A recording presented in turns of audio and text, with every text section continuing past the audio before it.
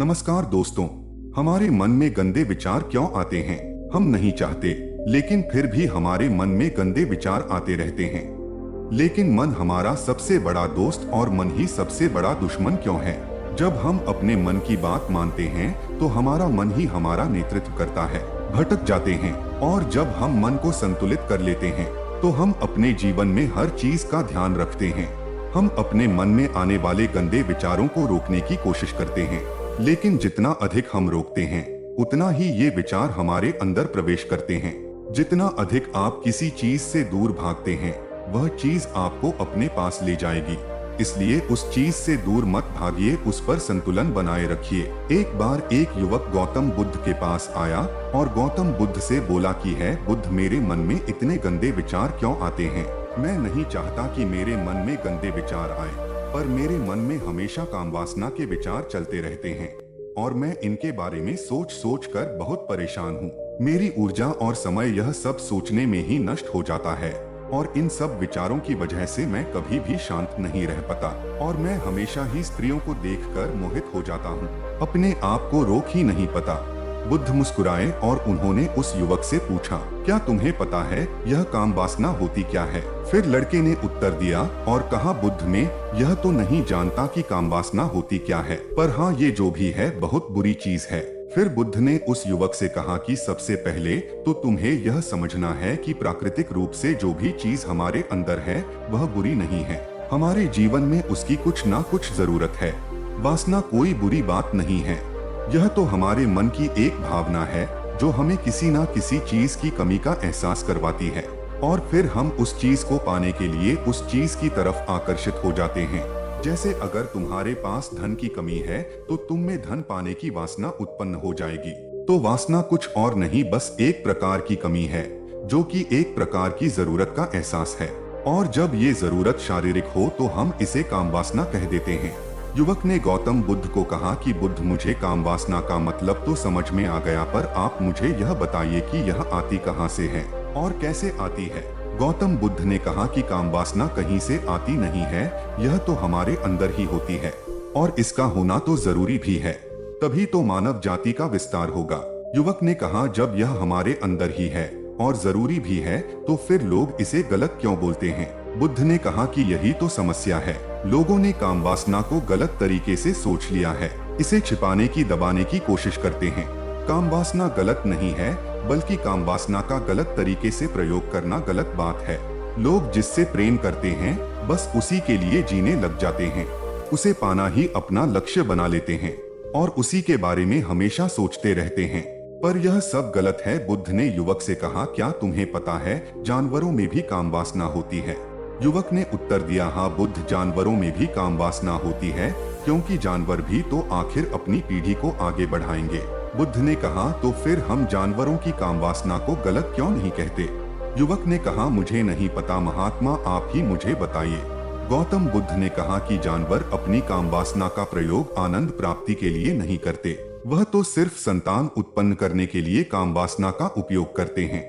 जानवरों को प्रकृति ने इतनी समझ नहीं दी कि वह काम वासना को अपने सुख का आधार बना सके, जबकि मनुष्य अपनी समझ के बलबूते पर प्रकृति में पाई जाने वाली प्रत्येक वस्तु को अपने सुख के लिए प्रयोग करता है। हम इंसानों ने ही काम वासना को अपने सुख का साधन बना लिया है, जबकि प्रकृति ने तो हमें अपने वंश को आगे बढ़ाने के लिए दिया था, लेकिन इंसानों ने इसे अपने जीवन का परम लक्ष्य बना रखा है और इस तरह से काम वासना का बेलगाम हो जाना गलत है। युवक ने पूछा, महात्मा जी, ये कम वासना हम पर हावी क्यों होती है? क्यों यह बेलगाम हो जाती है? हम इंसानों ने ही काम वासना को अपने सुख का साधन बना लिया है, जबकि प्रकृति ने तो हमें अपने वंश को आगे बढ़ाने के लिए दिया था, लेकिन इंसानों ने इसे अपने जीवन का परम लक्ष्य बना रखा है और इस तरह से काम वासना का बेलगाम हो जाना गलत है। युवक ने पूछा, महात्मा जी, ये काम वासना हम पर हावी क्यों होती है? क्यों यह बेलगाम हो जाती है? तब गौतम बुद्ध ने कहा कि सुनो, अब जो मैं तुम्हें बताऊंगा उसे तुम ध्यान पूर्वक सुनना। काम वासना का सारा खेल तुम्हें समझ आ जाएगा, तुम्हें तुम्हारे सारे सवालों का जवाब मिल जाएगा, बस तुम्हें ध्यान से सुनकर समझना है। फिर गौतम बुद्ध युवक को बताना शुरू करते हैं। एक बार की बात है, एक आश्रम में गुरु और उनके शिष्य रहा करते थे। रोजाना आश्रम के बाहर स्थित गांव में भिक्षा लेने के लिए जाते थे। उस आश्रम का एक शिष्य जिस गांव में भिक्षा लेने जाता था, उस रास्ते में एक नदी पड़ती थी। एक दिन उससे ने देखा कि एक लड़का पेड़ के पीछे छिपा है। वह उस लड़के के पास गया और उससे जाकर बोला, भाई तुम इस पेड़ के पीछे छिपकर क्या देख रहे हो? लड़के ने कहा, अरे तुझे नहीं दिख रहा क्या कि मैं क्या देख रहा हूँ? तब शिष्य ने नदी की तरफ देखा तो वहाँ पर कुछ लड़कियाँ पानी भर रही थी। वो लड़कियाँ 14 से 15 साल की होगी। तब शिष्य ने उस लड़के से कहा, अरे भाई वहाँ पर तो लड़कियाँ पानी भर रही है, इसमें छिपकर देखने वाली क्या बात है? तब वो लड़का शिष्य की तरफ देखकर उससे कहता है, अरे पागल, तुम्हें दिखाई नहीं दे रहा यह परी कैसे नदी से पानी ला रही है? जरा उनकी अदाओं को तो देखो, उनके कोमल शरीर को देखो, उनकी पतली कमर मटके को उठाते समय बल खाती है और उनके बाल उनकी कमर पर कैसे लहरा रहे हैं, मानो सुंदरता बिखरी पड़ी हो।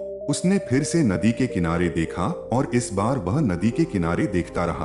वह बिल्कुल निडर था, उसे किसी भी चीज का कोई डर नहीं था। लेकिन अब वो छिपने लगा और उन लड़कियों को देखने लगा जैसे उसने कोई अपराध कर दिया हो। और जब वो छिपकर उन लड़कियों को देख रहा था तभी वो अचानक अंदर से कौंप गया और उसने कहा कि ये मैं क्या कर रहा हूँ? मैं जो कर रहा हूँ वो सही नहीं है, मुझे यहाँ से चले जाना चाहिए। और फिर वह जल्दी से वहाँ से चला गया। वो आश्रम पहुँच जाता है। आश्रम जाकर वो अपने कार्यों में लग गया। लेकिन जो अभी वह देखकर आया था वही उसकी आंखों के सामने बार बार आ रहा था। उसके मन में वही दृश्य चल रहा था। उसका दिमाग सब कुछ देखने के लिए संघर्ष कर रहा था। उसका किसी भी काम में मन नहीं लग रहा था। सुबह होते ही वह रोज जल्दी ही भिक्षा के लिए आश्रम से निकल जाता और उस नदी के पास वाले पेड़ के पास जाता जहाँ पर वह लड़का पहले से मौजूद रहता था। उसके साथ मिलकर लड़कियों को छुप छुप कर देखता था। अब वह ऐसा रोज करने लग गया। यह उसके रोज का काम हो गया। अब उस शिष्य का मन किसी भी काम में नहीं लगता था। वो हमेशा ही किसी न किसी प्रकार के विचार में उलझा रहता था। वो आश्रम के कार्यों को भी ठीक ढंग से नहीं कर रहा था। ना वो ठीक से सो पाता था, ना वो ठीक से खाना खा पाता था। उसका मन बेचैन सा रहता था। उसका मन बार बार उन लड़कियों की खूबसूरती देखने को मचलता था। जब गुरु भिक्षा दे रहे थे तब भी उनका मन किन्हीं अन्य विचारों में खोया हुआ था। गुरु ने अपने शिष्य की इन हरकतों को भांप लिया था। फिर एक दिन गुरु ने शिष्य को अपने पास बुलाया और कहा कि आज से मैं भी तुम्हारे साथ भिक्षा मांगने चलूंगा। आप और मैं एक साथ भिक्षा मांगने जाएंगे। तभी शिष्य गुरु को मना करते हुए बोला, नहीं गुरुदेव, आप परेशान क्यों हो रहे हो? मैं अकेला ही ठीक से भिक्षा मांग सकता हूँ। गुरु ने शिष्य से कहा कि ठीक है, तुम अकेले ही भिक्षा मांगने जाओ। जिससे वह तुरंत भिक्षा मांगने निकल पड़ा। सभी लोग उसे देखने के लिए उसके पीछे पीछे चलने लगे। थोड़ी दूर जाने पर गुरु ने देखा कि उनका शिष्य एक अपराधी की तरह एक लड़के के साथ पेड़ के पीछे छिपा हुआ है और छिपकर कुछ देख रहा है। गुरु भी अपने शिष्य के पीछे जाकर खड़े हो गए। उसका शिष्य क्या देख रहा है जिसे देखने के लिए वह एक अपराधी की तरह पेड़ के पीछे छिपा हुआ है। गुरु ने देखा कि उसका शिष्य पेड़ के पीछे छिपकर नदी से पानी ले रही लड़कियों को देख रहा है। तब गुरु ने शिष्य से कहा, क्या देख रहे हो? अपने मालिक की आवाज सुनकर वह डर गया और उसके पसीने छूटने लगे। वह ऐसे कांपने लगा जैसे उसने किसी चोर को चोरी करते समय पकड़ लिया हो। उसकी हालत खराब हो गई। वो कुछ भी नहीं बोल पा रहा था। दूसरा लड़का जो शिष्य के साथ था वहाँ से भाग गया। उसके मुंह से कुछ टूटे फूटे शब्द ही बाहर निकल रहे थे। वो अपने गुरु से नजर भी नहीं मिला पा रहा था। गुरु ने शिष्य की तरफ देखा और कहा कि मेरा शिष्य तो निर्भय था, उसे तो किसी भी चीज का डर नहीं था। लेकिन ये क्या, तुम तो भय के मारे कांप रहे हो। शिष्य ने गुरु से कहा कि मुझे माफ कर दो गुरुदेव, मेरा इसमें कोई दोष नहीं है। उस लड़के ने मुझे बहका दिया था, लेकिन आपसे मैं वादा करता हूँ कि आज के बाद मैं ऐसा कभी दोबारा नहीं करूँगा। गुरु ने शिष्य से कहा कि कोई बात नहीं, पर इस बात का तुम ध्यान रखना कि हम जैसी संगति करते हैं वैसा ही फल हमें प्राप्त होता है। हम जैसी संगति करते हैं उसके विचार हमारे अंदर प्रवेश करते हैं। इसीलिए अच्छी संगति करो जिससे तुम्हारे अंदर अच्छे विचारों का प्रवेश हो। फिर गुरु और शिष्य आश्रम लौट आए और फिर से शिष्य आश्रम के कार्यों पर ध्यान देने लगा। उसने उस रास्ते को छोड़ दिया और दूसरे रास्ते से जाने लगा। वो अपने काम को ध्यान से करता, लेकिन धीरे धीरे उसके अंदर क्रोध उत्पन्न हो गया और फिर वो दूसरे शिष्यों पर क्रोध करने लगा और बेचैन रहने लग गया। अब वो सही समय पर भोजन भी नहीं करता था। वो भोजन भी बहुत कम खाता था। एक रात गुरु शिष्य के पास आए और उसे बोले कि अब तक तुमने कितनी बार अपना वादा तोड़ दिया। यह सुनकर शिष्य अपने गुरु के चरणों में गिर गया और रोने लगा। रोते रोते ही उसने गुरु से कहा कि गुरुदेव, मैं कई बार अपना वादा तोड़ चुका हूँ। फिर मैं वादा करता हूँ, लेकिन हर बार जब मैं वादा तोड़ देता हूँ तो मेरा मन मेरे वश में नहीं रहता। मैं बहुत कोशिश करता हूँ कि अपने मन से सारे बुरे विचार निकाल दूं, लेकिन चाहकर भी मैं ऐसा नहीं कर पाता। फिर गुरु ने शिष्य को कहा कि चलो मेरे साथ। गुरु शिष्य को आश्रम के बगीचे में लेकर गए और शिष्य से कहा कि देखो, यहाँ पर कुछ नाली बनी हुई है जिससे नदी का पानी इन पौधों तक आ रहा है और यह पानी निरंतर गति से आगे बढ़ रहा है। क्या तुम इस पानी के बहाव को रोक सकते हो? शिष्य ने कहा कि हाँ गुरुदेव, मैं इस बहाव को रोक सकता हूँ। फिर शिष्य ने मिट्टी उठाकर उस नाली में रख दी तो पानी थोड़ी देर के लिए रुक गया और फिर थोड़ी देर बाद उस मिट्टी के ऊपर से पानी बहने लगा। गुरु ने शिष्य से कहा, अरे ये क्या, ये तो पानी रुका ही नहीं। फिर से शिष्य ने कुछ कंकर पत्थर उठाकर उस नाली में रख दिए और फिर थोड़ी देर के लिए पानी रुक गया, लेकिन फिर थोड़ी देर बाद ही उन कंकड़ पत्थर के ऊपर से पानी निकल आया। फिर गुरु ने कहा कि शिष्य, यह क्या हुआ? पानी तो फिर से बहने लग गया। तुम तो बोल रहे थे कि तुम इसे रोक दोगे। क्या हम किसी काम को रोकना चाहे तो क्या हम उसे रोक नहीं सकते? तब शिष्य ने कहा, कोई बात नहीं गुरुदेव, मैं इस पानी को तो आपको रोक के दिखाऊंगा। शिष्य फिर से एक बड़ा सा पत्थर लेकर आया और उसे नाली पर रख दिया और पानी रुक गया। तब गुरु से कहा कि देखा गुरुदेव, मैंने कहा था ना कि पानी को मैं रोक दूंगा। मैंने पानी को रोक दिखाया, आपकी बात मैंने पूरी कर दी। गुरु मुस्कुराए और बोले, अच्छा जरा ध्यान से देखो, पानी रुक गया क्या? वो तो पीछे की नाली तोड़कर बाहर निकल गया और अगल-गल से बह रहा है। और ध्यान से देखो, इस पत्थर कई आगे भी आ गया और ये पानी अपना रास्ता बदलकर फिर से आगे की तरफ जाएगा। और फिर थोड़ी देर बाद ऐसा ही हुआ।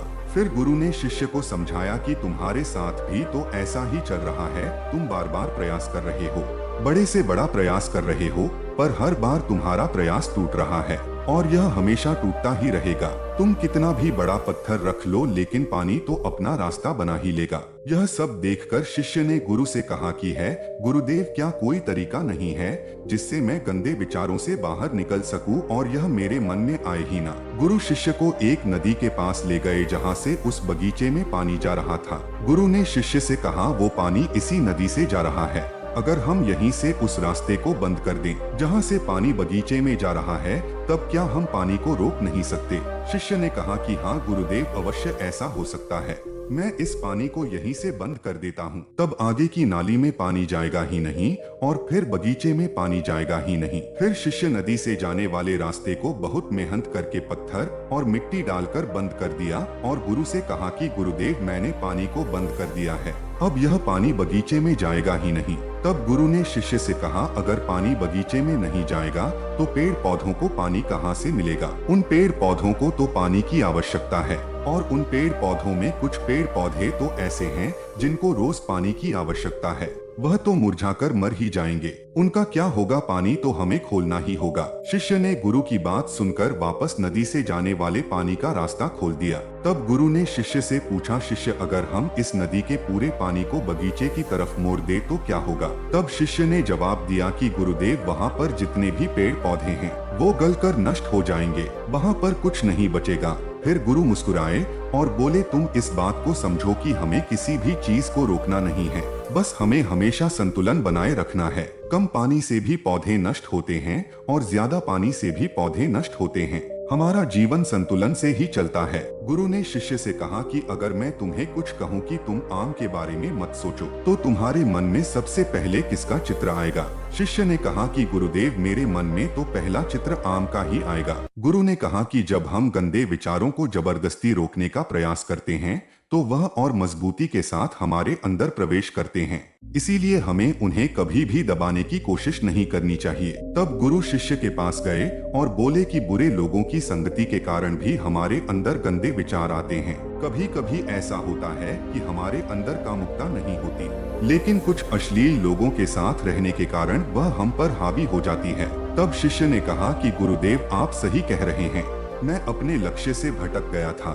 तब वह शिष्य रात को बहुत शांति से सोया। सुबह पूरे मन से अपना काम किया और फिर सुबह वही भिक्षा लेने चला गया जहां वह लड़का आज भी पेड़ के पीछे छुपकर उन लड़कियों को देख रहा था। वो शिष्य नदी पर गया जहाँ वह लड़कियाँ पानी भर रही थी। उसने उन लड़कियों से पानी मांगा। उन लड़कियों में से एक लड़की ने उसे पानी पिलाया और उस सन्यासी शिष्य के चरण छुए।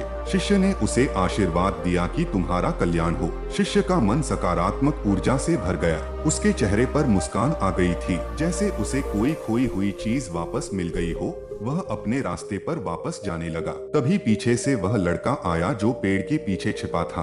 वह शिष्य के पास आया और बोला कि क्या बात है, आज तुमने करीब से देखा है, आप तो मुझसे आगे निकल गए। तब शिष्य ने कहा कि हम हमेशा दूसरे के दर्शन करने में ही व्यस्त रहते हैं, अपने दर्शन कर ही नहीं पाते। तुम कब तक इस पेड़ के पीछे छुपते रहोगे? किसी को पसंद कर लो, उससे बोल दो, अगर वो भी तुम्हें पसंद करती है तो शादी कर लो और उससे पहले तुम कुछ बन जाओ। अपने आप को पहचान लो, ऐसे अपना समय बर्बाद मत करो। फिर वह लड़का रोज उससे मिलने लगा और उस लड़के ने नदी पर जाना छोड़ दिया। और फिर वो लड़का अपने जीवन में कुछ बनने के लिए संघर्ष करने लगा। तो तुमने देखा संगति का असर क्या होता है। अपनी संगति बदलो, अपने विचार बदलो। बुद्ध ने युवक से पूछा कि क्या तुम्हें तुम्हारे सारे सवालों का जवाब मिल गया? तब युवक ने कहा कि हाँ महात्मा जी, आपका बहुत बहुत धन्यवाद। तब गौतम बुद्ध ने युवक से कहा कि जब तुम्हारे मन में गंदे विचार आए तब आप अपने आप को दोषी मत मानो। यह शरीर है और यह सब हजारों वर्षों से सिखाया गया है।